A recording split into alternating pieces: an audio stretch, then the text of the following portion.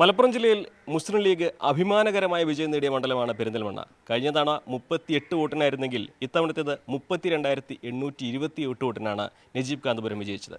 അദ്ദേഹം തന്നെ നമ്മോടൊപ്പം ചേരുന്നു. ആദ്യം അഭിനന്ദനങ്ങൾ. ഏതാണെങ്കിലും ഈ 38-ൽ നിന്ന് 32,000-ലേക്കുള്ള ഒരു യാത്ര അതെങ്ങനെയായിരുന്നു?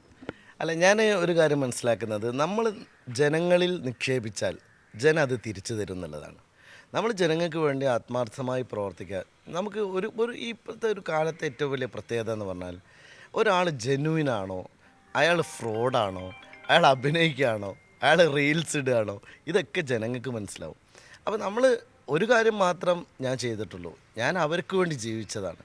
കാരണം ഈ 5 വർഷക്കാലം എൻ്റെ വിഷൻ മുഴുവനും അടുത്തൊരു തെരഞ്ഞെടുപ്പ് എങ്ങനെ ജയിക്കണമെന്നായിരുന്നില്ല. അങ്ങനെ ആയിരുന്നെങ്കിൽ എനിക്ക് പലതും വേറെ ചെയ്യാനുണ്ടായിരുന്നു. പക്ഷെ ഞാൻ നിക്ഷേപിച്ചത് മുഴുവനും ഈ നാട്ടിലെ കുട്ടികളിലാണ്. അതൊരു പക്ഷേ 10 കൊല്ലം കഴിഞ്ഞിട്ട് റിസൾട്ട് ആവുന്ന കാര്യമായിരിക്കാം. പക്ഷേ എൻ്റെ ഏറ്റവും വലിയ വിജയം, ഞാൻ ഈ 32,000 വോട്ടിന് വിജയിച്ചതിനേക്കാൾ വലിയ വിജയം ഞാൻ കാണുന്നത്, ഞങ്ങൾ നടത്തിയ പ്രോജക്റ്റിലൂടെ ആയിരക്കണക്കിന് മനുഷ്യർ ജയിച്ചിട്ടുണ്ട്.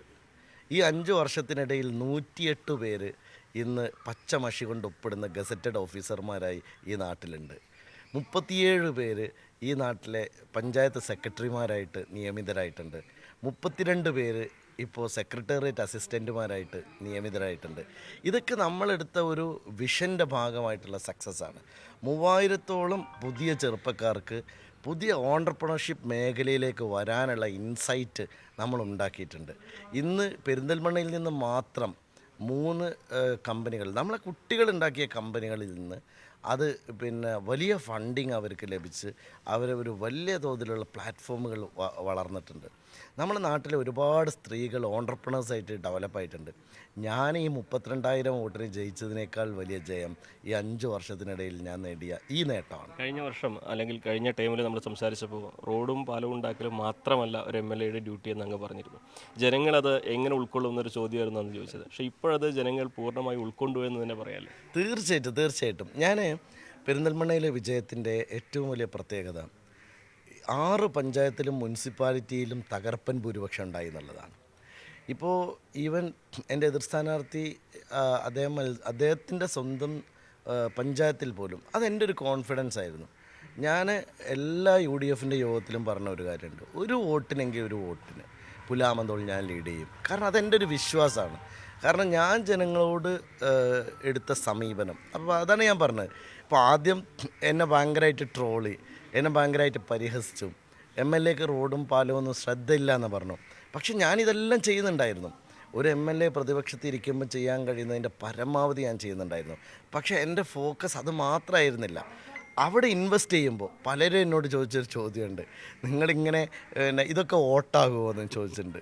അത് നോർമലി ഒരു പൊളിറ്റിക്കൽ മൂവ്മെൻറ്റിൻ്റെ ഭാഗമായി നമ്മൾ നിൽക്കുമ്പോൾ സ്വാഭാവികമായും ചോദിക്കുന്നൊരു ചോദ്യമാണ്.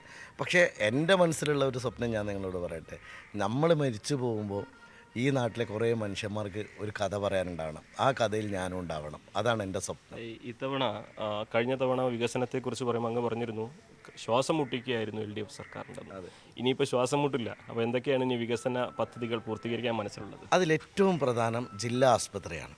അപ്പോൾ കഴിഞ്ഞ 5 വർഷക്കാലം ഏറ്റവും കൂടുതൽ അവഗണന നേരിട്ടത് നമ്മുടെ ജില്ലാ ആസ്പത്രിയിലേക്കുള്ള ഡോക്ടർമാരുടെ നിയമനം, പാരാമെഡിക്കൽ സ്റ്റാഫിൻ്റെ നിയമനം, നഴ്സുമാരുടെ നിയമനം, അത്തരത്തിലുള്ള കാര്യമാണ്. ഇപ്പോൾ ഈ നാട്ടിലെ, ഇപ്പോൾ പെരിന്തൽമണ്ണ നിയോജകമണ്ഡലത്തിലെ മാത്രമല്ല, ഈ താലൂക്കിലെ തന്നെ ഏറ്റവും പ്രധാനപ്പെട്ട ഒരു ജനങ്ങൾ സാധാരണക്കാർ ആശ്രയിക്കുന്ന ഒരു ഹോസ്പിറ്റൽ ജില്ലാ ആസ്പത്രിയാണ്. നമുക്കതിനെ, എൻ്റെ ഒരു മനസ്സിലുള്ള സ്വപ്നം, കേരളത്തിലെ ഒരു 10-ൽ-1 ഒരു മികച്ച 10 ഹോസ്പിറ്റലുകളിൽ ഒന്നായി 5 വർഷം കൊണ്ട് പെരിന്തൽമണ്ണയിലെ ജില്ലാ ആസ്പത്രി മാറ്റണം എന്നതാണ് ഒരാഗ്രഹം. രണ്ടാമത്തത്, ഒരുപാട് കാലമായി നമ്മൾ പറഞ്ഞുകൊണ്ടിരിക്കുന്ന ഓരോടമ്പാലം മാനത്തുമംഗലം ബൈപ്പാസിന് ശാപമോക്ഷം ഉണ്ടാക്കണം. ഇത് രണ്ടുമാണ് മേജർ പ്രോജക്റ്റുകളായിട്ട് ആഗ്രഹിക്കുന്നത്. ഇതോടൊപ്പം നമ്മളെ ഒരു സ്വന്തം പ്രോജക്റ്റായിട്ട് ഞാൻ ആഗ്രഹിക്കുന്നത്, വ്യവസായ വകുപ്പുമായിട്ട് ചേർന്ന് 10,000 സ്ത്രീകൾക്ക് 5 വർഷത്തിനകം തൊഴിൽ കൊടുക്കുന്ന 100 സംരംഭങ്ങൾ ഉണ്ടാക്കണം. ഇത് 3 കാര്യങ്ങളിലാണ് ഈ 5 വർഷത്തെ എൻ്റെ ഫോക്കസ് ഉണ്ടാവുക. ഏറ്റവും ഉയർന്ന ചോദ്യം, ഈ മന്ത്രിയായിട്ട് കാണാൻ കഴിയുമെന്നുള്ളതാണ്. അതല്ല, ഞാൻ സത്യം പറയാമല്ലോ, ഒരുപാട് സീനിയർ നേതാക്കന്മാരുള്ളൊരു പാർട്ടിയാണ്. അങ്ങനെ ഒരു ചർച്ചയിലേക്ക് മാധ്യമങ്ങളിൽ പല സുഹൃത്തുക്കളെ എന്നെ വിളിച്ചപ്പോൾ ഞാൻ പറഞ്ഞത് ഞാൻ അതിനായിട്ടില്ല, അതാവുമ്പോൾ എന്നെ തേടി വന്നോളും. അപ്പോൾ അതുവരെ വളരെ ക്ഷമയോടെ MLA ആയി തന്നെ ജോലി തുടരും. ഒറ്റ കാര്യം കൂടി, അങ്ങ് നിയമസഭയിൽ ഒരുപാട് തവണ അപമാനിതനായ ഒരു സാഹചര്യം ചരിത്രം നമുക്കറിയാം. അപമാനിച്ചതിന് മുമ്പ് അന്ന് മുഖ്യമന്ത്രി വരെ പല തരത്തിൽ ആ സംഭാഷണത്തിലൊക്കെ ഉൾപ്പെടുത്തിയിട്ടുമുണ്ട്. അദ്ദേഹത്തിൻ്റെ ഇന്നലത്തെ 6 റൗണ്ടിൽ പിറകു പോയപ്പോൾ കേരളം മുഴുവൻ പറഞ്ഞത് അങ്ങയോടുള്ള ആ ഒരു സംസാരത്തിൻ്റെതായിരുന്നു. എങ്ങനെയാണ് അതിനെ കാണുന്നത്? അല്ല, ഞാനതൊരിക്കലും വ്യക്തിപരമായിട്ടല്ല എടുക്കുന്നത്. നമ്മൾ ഒരു നിയമസഭയിൽ 140 അംഗങ്ങൾ ഇരിക്കുന്ന ഒരു സഭയിൽ നമ്മൾ പരസ്പരം പുലർത്തേണ്ട ഒരു റെസ്പെക്റ്റ് ഉണ്ട്, മാന്യതയുണ്ട്. ഇപ്പോൾ മുഖ്യമന്ത്രി പറഞ്ഞു അത് നജീബ് കാന്തപുരത്തിനെ കുറിച്ചല്ലല്ലോ ഞാൻ പറഞ്ഞത്.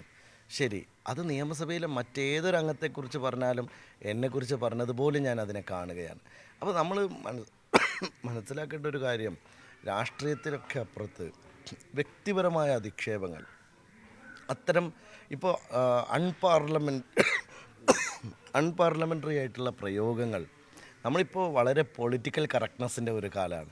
ആ പൊളിറ്റിക്കൽ കറക്റ്റ് അല്ലെങ്കിൽ ഇന്നത്തെ ന്യൂജൻ, നിങ്ങൾ നോക്ക്, ഈ ക്ലീൻ സ്വീപ്പ് UDF ഉണ്ടാക്കി തന്നത് ഞാൻ ഉറച്ചു വിശ്വസിക്കുന്നത് ന്യൂ ജനറേഷനാണ്, ജെൻസി വോട്ടേഴ്സാണ്, പുതിയ വോട്ടർമാരാണ്. ഇത് പരമ്പരാഗതമായ രാഷ്ട്രീയ സങ്കല്പങ്ങൾക്കപ്പുറത്ത് ഓരോ നിയോജക മണ്ഡലത്തിലുമുള്ള ഒരു 10-30% വരുന്ന പുതിയ തലമുറയുണ്ട്. അവർ തന്നെയാണ് ഡിസൈസീവ് ഫാക്ടർ. അപ്പോൾ ഇനി രാഷ്ട്രീയക്കാർ ശ്രദ്ധിക്കേണ്ട ഒരു കാര്യം, നമ്മൾ അഡ്രസ്സ് ചെയ്യേണ്ടത് ആ സമൂഹത്തെയാണ്, അവരുടെ ജീവിതത്തെയാണ്. ഇപ്പോൾ പെരിന്തൽമണ്ണ മോഡൽ അതാണ്. ഞങ്ങൾ അഡ്രസ്സ് ചെയ്തത് ആ ജെൻസിയെയാണ്. ഞാൻ ഉറപ്പിച്ച് പറയാൻ കഴിയും, ഈ 32,000 വോട്ടിൻ്റെ ലീഡിൻ്റെ ഏറ്റവും നല്ല പങ്ക് നൽകിയത് പുതിയ കുട്ടികളാണ്. ആരായിരിക്കണം മുഖ്യമന്ത്രി? അത് AICCക്ക് വിടാം, അതാണ് നമുക്ക് നല്ലത്. അത് നമ്മളെ അഭിപ്രായം പറയാൻ പറ്റുന്നൊരു കാര്യമല്ലല്ലോ.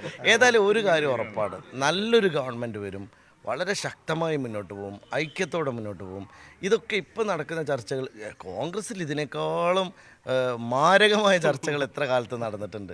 എത്ര വലിയ കുതികാൽ വെട്ടുകൾ കോൺഗ്രസിൻ്റെ ഒരു കാലഘട്ടത്തിലെ പോരാട്ടം, നമ്മളൊക്കെ അത് വിസിബിളാണല്ലോ, കേരളത്തിൻ്റെ ചരിത്രത്തിൻ്റെ ഭാഗമാണല്ലോ. അത്ര ഒന്നും ഇല്ലപ്പോഴേ, ഇപ്പോൾ വളരെ സ്മൂത്താണ് അല്ലേ? ഓക്കെ, ശരി. നിലപാടുകൾക്കുള്ള വിജയമാണ് പെരിന്തൽമണ്ണയിൽ എന്ന് പറയുമ്പോൾ താൻ ഉദ്ദേശിക്കുന്ന പദ്ധതികളുമായി മുന്നോട്ട് പോകുമെന്ന ഉറപ്പ് കൂടി അദ്ദേഹം നൽകുകയാണ്. അഖിലോട്ട് പാറയ്ക്കൊപ്പം CB അനുമോദ്, ന്യൂസ് 18. കൂടുതൽ വാർത്തകൾക്ക് news 18 Keralam YouTube channel subscribe ചെയ്യുക.